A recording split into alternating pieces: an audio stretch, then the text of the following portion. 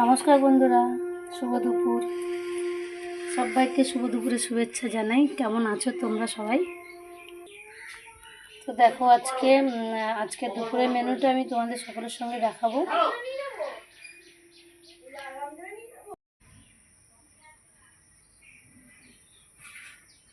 তেলটা গরম হয়ে গেছে, এবার মাছটার মধ্যে নুন হলুদ মেখে আমি মাছটা ভেজে নেব।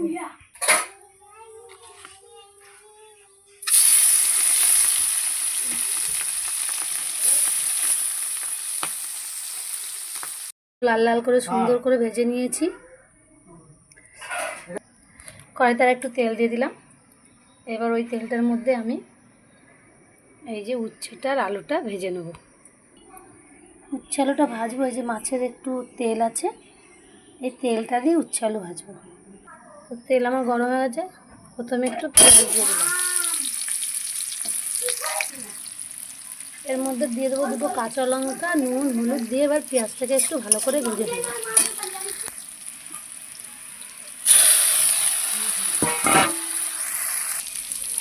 এবার দিয়ে দেবো আমি উচ্ছে আলুটা।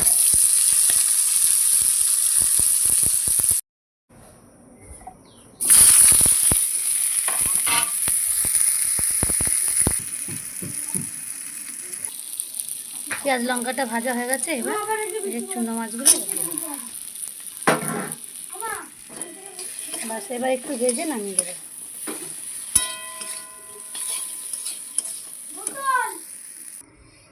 এইভাবে চুনো মাছ ভেজে কারা কারা খাও একটু কমেন্টে জানাবে। আর এইভাবে মাছের তেল দিয়ে উচ্ছে কারা কারা ভেজে খাও একটু জানাবে। এরপরের রেসিপিটা হচ্ছে মাছ দিয়ে ঝিঙে পটল আলু দিয়ে তরকারি।